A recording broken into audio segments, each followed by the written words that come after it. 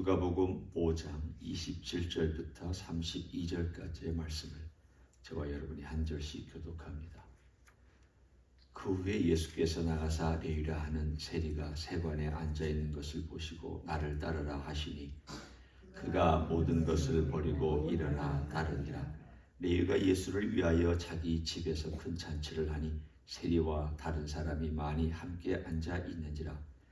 바리새인과 그들의 서기관들이 그 제자들을 비방하여 이르되 너희가 어찌하여 세리와 죄인과 함께 먹고 마시느냐. 예수께서 대답하여 이르시되 건강한 자에게는 의사가 쓸데없고 병든 자에게라야 쓸데있나니 내가 의인을 부르러 온 것이 아니요 죄인을 불러 회개시키러 왔노라. 아멘. 예수님께서 레위라고 하는 사람을 부르는 장면이 오늘 짧게 우리가 읽은 본문에 나옵니다. 레위의 이름은 마태죠. 그리고 이 사람은 세리지만 세리로서 굉장히 높은 지위에 올라가 있던 사람입니다. 아마도 가버나움에 있는 세관의 세관장 정도 되는 사람이었을 겁니다. 보통 앉아있다라는 성경 표현은 높은 지위를 상징해주는 표현이기도 합니다. 이 사람이 여기까지 올라오게 된 데에는 머리가 좋기도 하지만 관계에도 능숙한 사람이고 처세술에도 능숙한 사람임에 틀림없습니다. 그러니까 많은 면에서 똑똑한 사람입니다.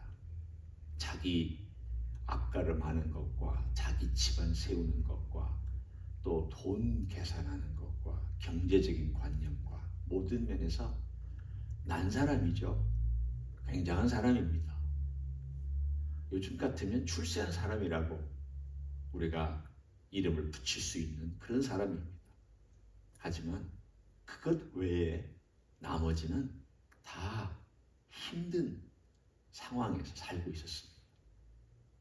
첫째는 영적으로 죄인입니다. 그는 예배할 수가 없는, 그리고 예배 처소에서 받아들여지지 않는 죄인입니다. 아예 문턱을 들어오지 못하도록 너 죄인이니까 넌 오지 마. 너는 하나님을 배반한 사람이니까 너 예배당에 오지 마. 너는 아예 꿈도 꾸지 마. 그렇게 사람들이 일종의 처벌을 했습니다. 그런 거죠. 로마에 붙어서 백성들을 강압하고 세금을 뜯어내는 그런 사람에 대한 일종의 백성의 징벌과 같은 그런 징벌을 내렸던, 그래서 그들은 그런 삶 가운데서 자기들끼리밖에는 뭉칠 수 없고 자기들끼리 서로 도와줘야만 되는 그런 위치에 있었던 사람이 바로 세리들입니다. 이 사람들은 자기 백성을 배반했다라고 하는 것 때문에 외롭습니다. 늘 죄책감에 시달립니다. 생각해 보십시오. 영적으로는 죄인이죠. 그리고 정신적으로는 외롭죠. 신체적으로는 항상 살해의 위협에 시달립니다. 뿐만 아니라 관계적으로나 사회적으로는 소외된 사람들이며 일종의 저 사람들하고 어울리는 것은 절대 하면 안 된다. 식사도 하지 마라. 같은 자리에 앉지도 마라. 라고 할 정도였습니다. 그러니 오늘 여기에 나와 있는 이 이야기를 우리가 들어보면 왜 바리새인과 서기관들이 그렇게 반응을 하고 있는지도 우리는 충분히 이해할 수 있습니다. 그런데 어떻게 해서 이런 극악무도한 이런 표현을 제가 쓸 수밖에 없는 것은 그 시대에 그 사람들이 썼던 표현을 제가 우리말로 표현한 것의 정도에 불과합니다. 극악무도한 이런 죄인이 예수님을 알아볼 수 있고 예수님께 가까이 올 수 있고 혹은 예수님이 다가가서 부르실 수 있었는가? 희한하게 우리도 경험해봐서 알잖아요. 몸이 아픈 사람은요, 약을 찾습니다. 의사를 찾습니다. 건강한 사람은 약 안 찾습니다. 병원도 안 갑니다. 그런 사람들 있잖아요. 나는 평생 의사 한번 만나본 적이 없다. 나는 평생 감기도 안 걸렸다. 나는 평생 약은 한 번도 먹어본 적이 없다. 사실은 그런 사람이 더 위험하죠. 왜냐하면 완전히 자기 건강하다고 확신하고 있는 사람이니까. 그렇지만 몸이 약한 사람은 의사를 늘 보고 또 약도 찾고, 그래서 우리가 흔히 얘기하는 골골백년이라고, 골골한 사람이 오히려 의사들 만나고 약을 잘 찾아서 먹기 때문에 조금 몸은 약해도 오히려 오래 살 수 있는 그런 가능성이 많다라는 그런 말이 있는 것도 사실입니다. 오늘 예수님께서 그렇게 말씀해 주셨습니다. 네가 환자면 나를 찾을 것이다. 네가 병들어 있으면 의사가 눈에 들어올 것이다. 그런데 네가 병들어 있지 아니하고 나는 건강해. 나는 약도 필요 없어. 나는 항상 건강한 몸으로 살아왔어 하면 의사가 앞으로 지나가도 눈에 안 띌 거다. 왜 그렇잖아요. 평소에 건강하게 살면 우리가 언제 약국 가고 언제 의사 만나러 갑니까? 오늘 주님께서 그 얘기를 해주셨습니다. 누구에게 예수님이 눈에 띄냐? 예수님을 필요로 하는 사람이 누구냐? 어떻게 해서 예수님을 발견하게 되었느냐? 1장부터 한번 보십시오. 1장부터 쭉 나오는 사람들, 어떻게 해서 예수님을 만나게 되고 예수님을 찾아왔던, 예수님께서 찾아가셨던지 둘 중에 하나가 나오는데, 그 모든 내용들을 보면 1장부터 그런 사람들이 예수님을 발견한 사람들입니다. 혹은 예수님을 일종의 환영하고 환대한 사람들입니다. 마리아, 예수님을 환대한 사람이죠. 천사의 방문을 받고 그리고 나서 나같이 천한 계집종을 찾아왔다고 고백했던 여인입니다. 그리고 성전에 있었던 시몬과 안나, 그들은 금식하면서 하나님의 나라가 오기를 기다렸고 메시아를 눈으로 볼 것이라는 말씀을 들었던 사람들, 갈망했던 사람들, 가난한 마음을 가지고 있던 사람들, 예수님 만났습니다. 우리가 쭉 보면은 여기 나와 있는 나병에 걸렸던 사람 예수님 찾아와서 예수님은 절대로 필요하다고, 예수님 원하시면 나를 깨끗하게 하실 수 있다라고 고백하면서 간절히 예수님을 갈망했습니다. 친구들 4명이 중풍병자를 데리고 와서 간절한 마음으로 지붕 뜯어내고 예수님 앞에 달아내렸습니다. 예수님, 당신만이 고칠 수 있다라고 그렇게 고백을 하는 믿음의 고백이 행위로 나타났습니다. 시몬 베드로, 우리는 함께 그 사건을 같이 보았습니다. 예수님, 저 죄인입니다. 전 예수님 감당 못하니까 저를 떠나주십시오라고 고백했습니다. 우리가 오늘 이 본문 마태의 이야기를 하기 전에 예수님이 정말로 필요한 사람들 보면 다 죄인이든지 뭔가 가난한 마음으로 살아왔던 사람이든지 뭔가 불편한 몸을 가지고 있든지 병들었든지 이러한 사람들, 영적으로 병들었던 레위, 사회적으로 병들었던 레위, 죄인이라고 손가락질 받던 레위, 많은 사람들이 저주를 퍼부었던 레위, 저주의 대상이고 멸시의 대상인 레위, 이런 사람들은 오히려 예수님을 발견합니다. 왜냐하면 그분에게서 소망을 찾기 때문입니다. 반대로 오늘 여기 나와 있는 사람 중에 바리새인과 서기관들은 전혀 그렇지 않습니다. 왜냐하면 이 사람들은 자기로 가득 차 있는 사람이기 때문에 예수님 필요 없습니다. 그들에게 필요한 건 종교죠. 자기의 옳음을 드러내줄 수 있는 종교가 필요한 거지 예수님 필요하지 않고 하나님 필요하지 않습니다. 오늘 예수님을 필요로 했던 이런 사람들의 삶을 가만히 생각해 보면 나는 언제 그랬지? 나는 언제 이렇게 갈망하며 절망 속에서 예수님을 바라보며 소망을 얻으려고 했지? 나는 언제 이 병든 사람처럼 의사이신 예수님을 만나서 내 병을 고쳐달라고 그렇게 간절한 마음으로 기도를 했지?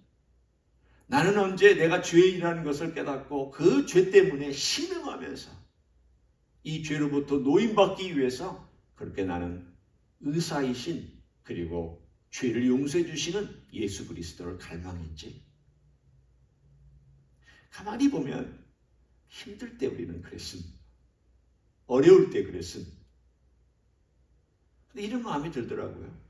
아니 그러면 우리가 힘들고 어려울 때만 예수님을 찾으면 좀 그렇지 않을까?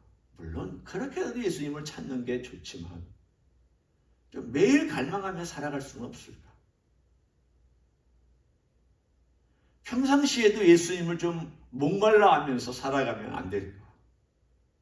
그런 생각이 들었습니다. 아, 우리는 어차피 죄인이고 어차피 목마른 사람이고 어차피 병든 사람이고 어차피 건강하지 못한 사람이니까 예수님이 좀 날마다 필요하다라고 느끼면서 살아갈 수 있는 그런 사람이면 참 좋겠다.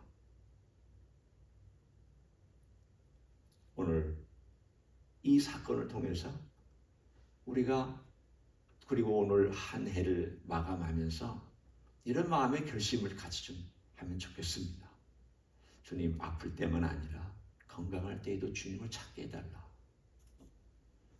주님, 힘들 때만 아니라 평소에도 주님을 좀 갈망하면서 주님 사모하면서 살게 해달라.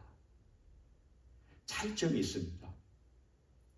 힘들 때, 병들 때 주님을 찾는 것은 고쳐달라고, 이 힘든 일을 해결해 달라고, 그리고 어려운 일을 도와달라고, 죄 지었을 때는 죄를 용서해 달라고 우리가 주님을 갈망합니다.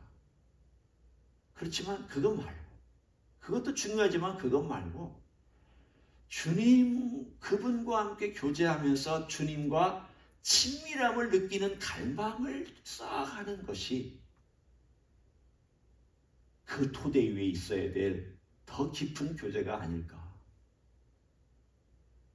이것이 우리에게 필요하잖아요. 주님과 날마다 교제하고 깊은 관계 속에 들어가는 그런 삶. 그런 든든한 교제가 있어야 우리의 삶이 힘들고 어려울 때 이겨내고 버텨낼 수 있습니다.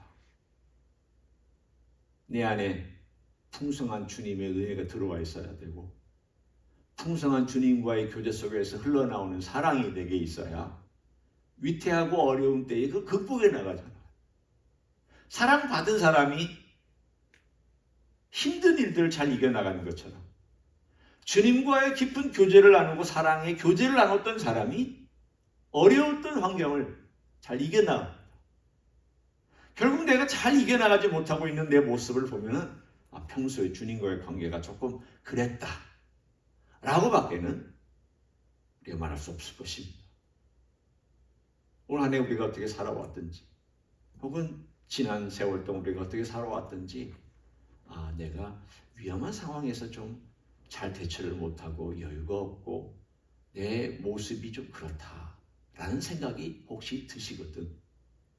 내가 평소에 주님과의 관계가 썩 좋지 못하구나. 그래서 나는 평소에도 주님을 갈망하고 평소에도 주님과의 관계 속에서 친밀한 주님과의 관계를 누리면서 사는 것, 이걸 내 새해 목표로 좀 삼고 그렇게 살아야 되겠다. 그래서 주님께 기도하기를, 주님 평소에도 주님을 갈망하게 해주십시오. 언제나 주님을 갈망하며 주님과의 친밀함을 사모하게 해주십시오. 그 상황이 늘 발전해서 깊이 있는 주님과의 교제를 나눌 수 있도록 축복해 주십시오. 우리는 올 한 해를 잘 마감하면서 이 새벽에 또 내년을 준비하면서 우리 주님과의 친밀한 교제를 더 깊이 친밀하게 누리기를 소원하고 그렇게 주님께 나아가는 여러분 되시기를 예수님의 이름으로 간절히 축원합니다. 기도하겠습니다. 하나님, 힘들고 어려웠던 마태가 예수님을 만났습니다. 예수님의 눈이 들어왔습니다. 자기를 찾아와 주신 예수님께 감사했습니다. 그래서 모든 것을 버리고 쫓았습니다. 물론 그가 주님과의 친밀함을 누리기 위해서는 평생이 걸리는 작업이 있었지만, 그러나 그는 결단하고 다 버리고 주님을 쫓았던 삶을 살았습니다. 주님, 우리도 과거 언젠가 그렇게 마태처럼 주님을 쫓기로 작정하고 주님을 따르던 시간이 있었고, 지금 여기까지 주님의 인도하심을 받고 걸어오게 해주신 것을 감사드립니다. 하지만 주님, 평소에도 주님과 친밀한지, 내가 기도 제목이 없어도 주님을 갈망하는 것이 내 기도 제목이 되고, 내 주변의 환경이 그냥 똑같이 흘러가도 내 마음으로는 목마른 사슴처럼 주님을 갈망하는 마음이 있는지 다시 한번 돌아보기를 원합니다. 새해에는 언제 어디서나 그리고 평상시에도 주님을 갈망하며 사모하는 마음이 우리 속에서 샘솟도 솟아오를 수 있도록 축복하여 주시옵소서. 그런 삶을 살아가는 종들이 되게 하여 주시옵소서. 이제는 우리 구주 예수 그리스도의 은혜와 하나님 아버지의 극진하신 사랑과 성령 하나님 교통하심의 역사가 오늘도 우리 예수님을 갈망하고 사모하고 예수님과의 만남을 늘 고대하고 또 만난 기쁨으로 살아가기를 소원하는 이 자리에 참여한 모든 종들 위에와 주임지 히스교회 위에와 이미 교회들, 광국교회들과 선교사님들 위에 이제로부터 영원히 함께 하실지어다. 아멘.